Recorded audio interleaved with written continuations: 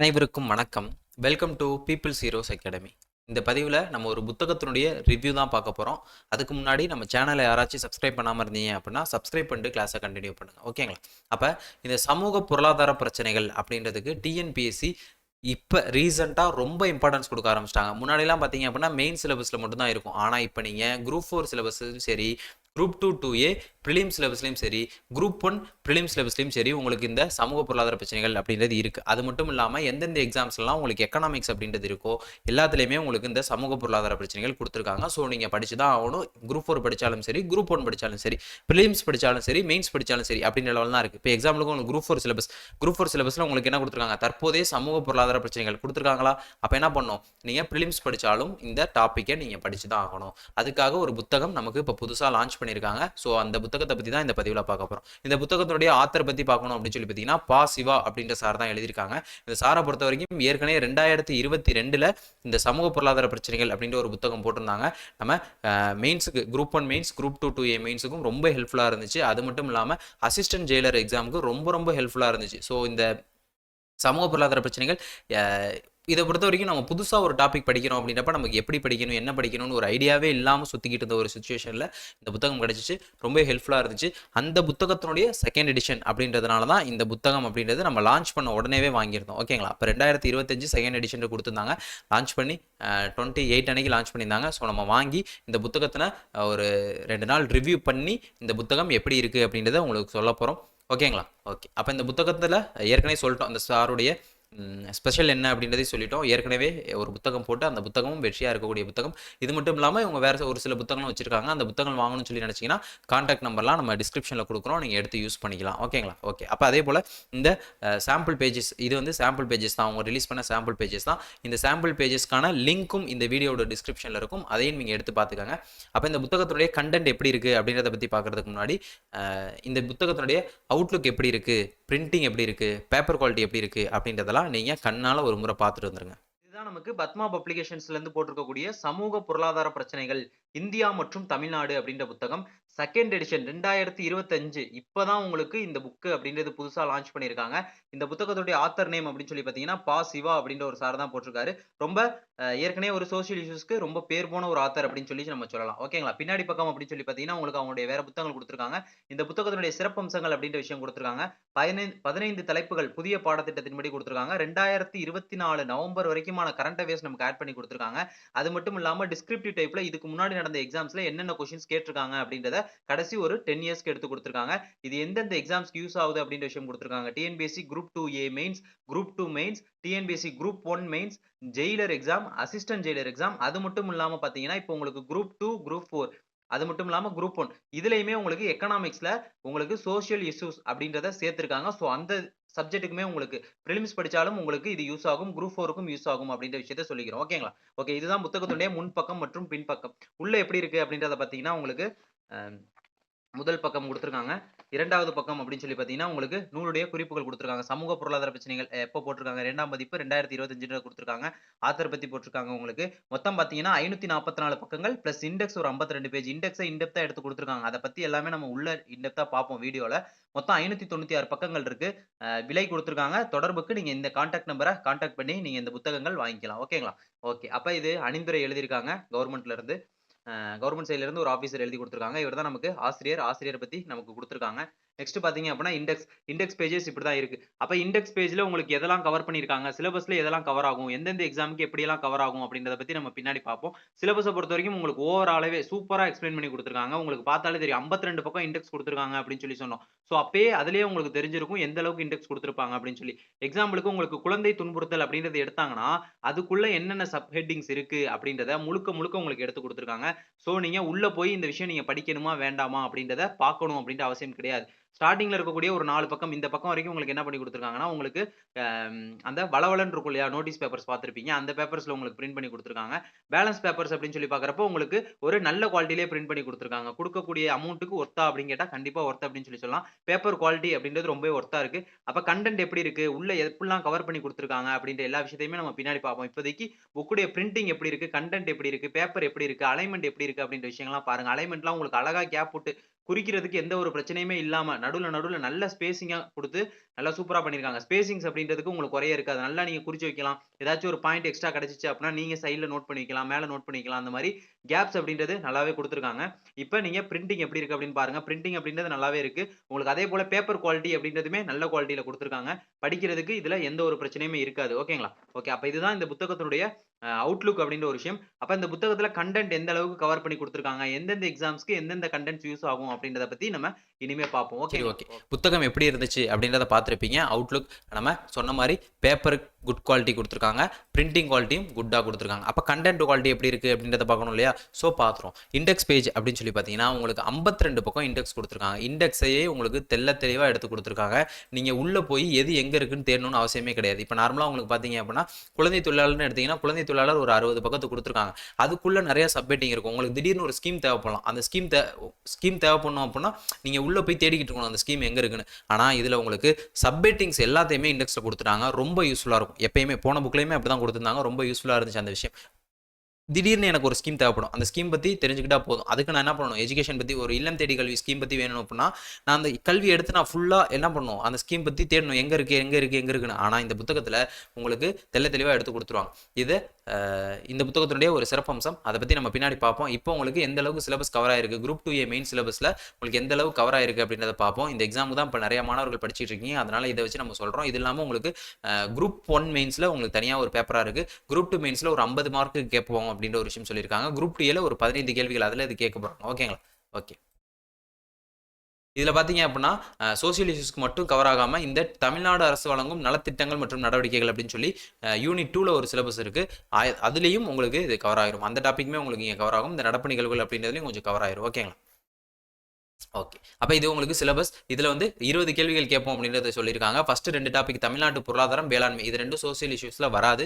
So அதை நம்ம தனியாக எக்கனாமிக்ஸ் புக்கில் படிப்போம். இங்கே பார்த்தீங்க அப்படின்னா இந்த கல்வி அறிவின்மை அப்படின்றது கொடுத்துருக்காங்களா? ஸோ உங்களுக்கு எழுத்தறிவின்மை அப்படின்றது கவர் ஆயிருக்கு. 100% கவர் ஆயிடுச்சு. நம்ம ஒன்னொன்னே எடுத்து காட்டணும்னு அவசியம் கிடையாது. மாணவர்கள் புரிஞ்சுப்பீங்க. நம்மளை பற்றி தெரியும். நம்ம தப்பாலாம் சொல்ல மாட்டோம். எதுவும் கரெக்டாக என்ன விஷயம் இருக்கோ அதை தான் சொல்லும். ஸோ கல்வி அறிவின்மை, வறுமை வேலைவாய்ப்பின்மை, தொழிலாளர் இடப்பெயர்வு, மக்கள் தொகை விகிதம் வளர்ச்சி, குழந்தை தொழிலாளர் பிரச்சனைகள், நலவாழ்வு, மகளிருக்கு அதிகாரம் அளித்தல், விளிம்புநிலை குழுக்கள் பிரச்சனைகள், நடப்பு நிகழ்வுகள் எல்லாமே, நலத்திட்டங்கள் எல்லாமே உங்களுக்கு கவர் ஆயிருக்கு. சிலபஸ் அப்படின்னு சொல்லி பார்த்தீங்கன்னா குரூப் 2A இருக்கக்கூடிய சோசியல் இஷ்யூஸ் உங்களுக்கு 100% கவர் ஆயிருக்கு.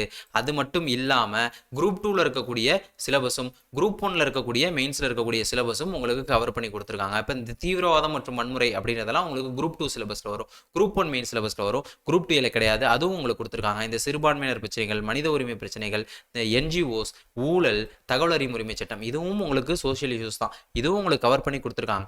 ஆனால் உங்களுக்கு குரூப் 2A கவர் ஆகாது. குரூப் 1 குரூப் 2க்கு கவர் ஆகும். மெயின்ஸ் கரெக்ட் ஆகும். நீங்கள் ப்ரிலிம்ஸ் படிக்கிறீங்க அப்படின்னா தாராளமாக படிச்சுக்கலாம். இது உங்களுக்கு நம்ம சொல்லிட்டோம். சிலபஸ் அப்படின்றது சோசியல் இஷ்யூஸில் 100% கவர் பண்ணி கொடுத்துருக்காங்க. குரூப் 2A சிலபஸ் பொறுத்த வரைக்கும். குரூப் 1 குரூப் 2A பொறுத்த வரைக்கும் உங்களுக்கு சிலபஸும் ஃபுல் அண்ட் ஃபுல் உங்களுக்கு கவர் பண்ணி கொடுத்துருக்காங்க. ஓகேங்களா? ஓகே. அடுத்து இந்த சிலபஸ் இதோட இன்னொரு முக்கியத்துவம் சொன்னோம் இல்லையா? அதை பற்றி பாருங்க.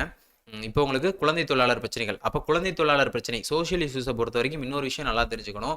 தமிழ்நாடு அப்படின்றத மட்டும் நீங்கள் வச்சு படிக்கவே முடியாது. ஏன்னா நீங்கள் குழந்தை தொழிலாளருக்கான ஸ்கீம்ஸ் பற்றி படிக்கிறீங்க, குழந்தை தொழிலாளர் பிரச்சனையை பற்றி படிக்கிறீங்க அப்படின்னா குழந்தை தொழிலாளர்னா என்ன, அதில் என்ன வகை இருக்குது, ஏன் அந்த குழந்தை தொழிலாளர் ஏன் அந்த குழந்தை தொழிலாளர் மீது அவ்வளோ இன்ட்ரெஸ்ட் காட்டுறாங்க, அவங்களுடைய இன்னைக்கு நிலை என்ன இருக்குது, தமிழ்நாட்டில் என்ன நிலை இருக்குது, இந்தியாவில் என்ன நிலை இருக்குது, COVID-19 என்ன பிரச்சனைகள் ஏற்பட்டிருக்கு அப்படின்னு சொல்லி ஓவரால் படிக்கிற மாதிரி தான் இருக்கும். ஓரளவு நீங்கள் தமிழ்நாடுக்கு இம்பார்ட்டன்ஸ் கொடுத்து படிக்கலாமே தவிர நீங்கள் இந்தியா லெவலாக ஃபுல் அண்ட் ஃபுல் ஓரளவு படிச்சுட்டு தமிழ்நாடு லெவல் இருக்கிறத நீங்கள் இம்பார்ட்டன்ஸ் கொடுத்து படிக்கிற மாதிரி தான் இருக்கும். ஸோ நீங்கள் ஃபுல் அண்ட் ஃபுல் முழுக்க சென்ட்ரல் கவர்மெண்ட் மட்டும் தான் பண்ணுறாங்க, முழுக்க வேறு ஏதோ ஒரு மாநிலத்தில் பண்ணுறாங்க அப்படின்னா தேவை கிடையாது. மற்றபடி ஒரு ஸ்கீம் போடுறாங்க அப்படின்னா, சென்ட்ரல் கவர்மெண்ட் ஒரு ஸ்கீம் போடுறாங்க, ஒரு சட்டம் போடுறாங்க அப்படின்னா அது எங்கேயும் தான் செயல்பட போகுது, தமிழ்நாட்டிலையும் தான் செயல்பட போகுது. ஸோ நீங்கள் ஃபுல் அண்ட் ஃபுல் படிக்கிற மாதிரி தான் இருக்கும். ஒரு சில விஷயங்கள் ரொம்ப எனக்கு பார்த்தாலே இது பெருசாக தெரியல, அந்தளவுக்கு எனக்கு முக்கியம்னு தோணலை அப்படின்னு சொல்லி தோணுச்சுன்னா அது நீங்கள் விட்டுறலாம். ஓகேங்களா? அது உங்களுடைய விருப்பம். மற்றபடி சோஷியல் இஷ்யூஸை பொறுத்த வரைக்கும் நான் தமிழ்நாடு ஸ்கீம்ஸ் மட்டும் படிச்சுட்டு போவேன் அப்படின்னு நினைக்கிறது ஃபஸ்ட்டு ஒரு தப்பான விஷயம். இப்போ எக்ஸாம்பிளுக்கு உங்களுக்கு பார்த்தீங்க அப்படின்னா ஒரு போக்சோ சட்டம் இப்போ தமிழ்நாடு ஓரியன்டான விஷயம் மட்டும் தான் நான் படிப்பேன் அப்படின்னா அந்த போக்சோ சட்டம் நீங்கள் எப்படி படிப்பீங்க? படிக்கக்கூடாது, படிக்க முடியாது. நீ உங்களுடைய கான்செப்ட் படி. நம்ம சொல்கிறோம் போக்சோ சட்டம் அப்படின்றது இந்திய அரசு போட்டிருக்காங்க, ஆனால் தமிழ்நாட்டிலேயே செயல்படுத்துறாங்கல்ல. ஐசிடிஎஸ்ஸாக இருக்கட்டும், ஒரு குழந்தைகளுக்கான பிரச்சனைகள் இருக்கட்டும், அது எல்லாத்தையுமே உங்களுக்கு என்ன பண்ணுறாங்க, இந்திய அரசு பண்ணுறாங்க, ஆனால் தமிழ்நாட்டிலையும் இருக்குது. ஸோ நீங்கள் சோஷியல் இஷ்யூஸை பொறுத்த வரைக்கும் ஃபுல் அண்ட் ஃபுல் படிக்கிற மாதிரி தான் இருக்கும். ஐசிடிஎஸ் இந்திய அரசு தான் போட்டிருக்காங்க. ஆனால் தமிழ்நாட்டிலையும் செயல்படுத்துறாங்களே. ஸோ தமிழ்நாட்டில் என்ன லெவலில் இருக்குது? பென்சில் போர்ட்டல் ரொம்ப முக்கியமான போர்ட்டல். அது என்ன லெவலில் இருக்குது?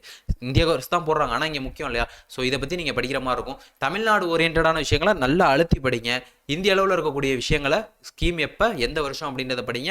தமிழ்நாட்டில் என்ன லெவலில் இருக்குது அப்படின்ற விஷயங்களை படிச்சுக்கோங்க. இப்போ நம்ம இன்னொரு விஷயம் சொன்னோம், இண்டெக்ஸில் ஒரு சப்மிட்டிங்கும் எடுத்து கொடுத்துருக்காங்க அப்படின்னு சொன்னோம். இப்போ திடீர்னு எனக்கு என்ன தேவைப்படுது? ஒரு ஸ்கீம் தேவைப்படுதுன்னு வச்சுப்போமே.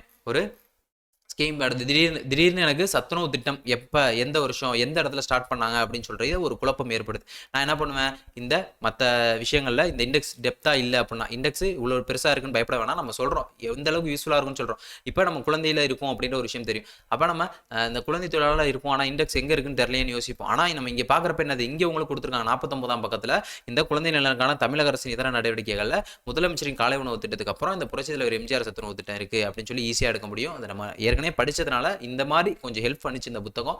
அதனால இது நம்ம சொல்றோம். ஸோ இண்டெக்ஸை உங்களுக்கு தெள்ள தெளிவாக கொடுத்துருக்காங்க.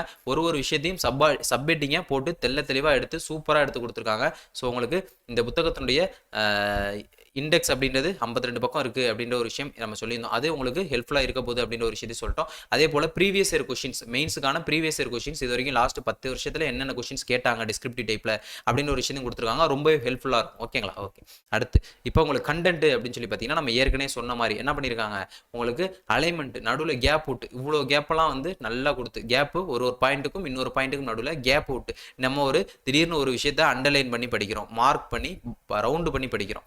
அப்போ எந்த ஒரு விஷயமும் அடிவாங்காம மேலே இருக்க லைனும் அடிவாங்காது, கீழே இருக்க லைனும் அடிவாங்காது. உங்களுக்கு என்னது அழகாக நீங்கள் மார்க் பண்ணி படிக்கலாம். இது இன்னொரு பாசிட்டிவான விஷயம். ஓகேங்களா? அதே போல் கேப், சைடில் கேப் அப்படின்றது நிறையா கொடுத்துருக்காங்க, மேலே கேப் அப்படின்றது நிறையா கொடுத்துருக்காங்க. உங்களுக்கு கண்டென்ட் ஏதாச்சும் புதுசாக கிடைக்குது அந்த இடத்துல இருக்குது அப்படின்னா நீங்கள் என்ன பண்ணிக்கலாம், தேவைப்படுதுன்னா நீங்கள் எடுத்து யூஸ் பண்ணிக்கலாம். இது ஒரு நல்ல விஷயமா இருக்குது. அதே போல் கண்டென்ட் குவாலிட்டி அப்படின்றது சூப்பராக இருக்குது. நம்ம ஏற்கனவே சொன்ன மாதிரி பேப்பர் குவாலிட்டி சூப்பர். அதே போல் printing quality super. Content quality அப்படின்றதும் சூப்பராக கொடுத்துருக்காங்க. எந்த ஒரு விஷயத்தையும் மிஸ் பண்ணாமல் உங்களுக்கு சூப்பராக எடுத்து கொடுத்துருக்காங்க.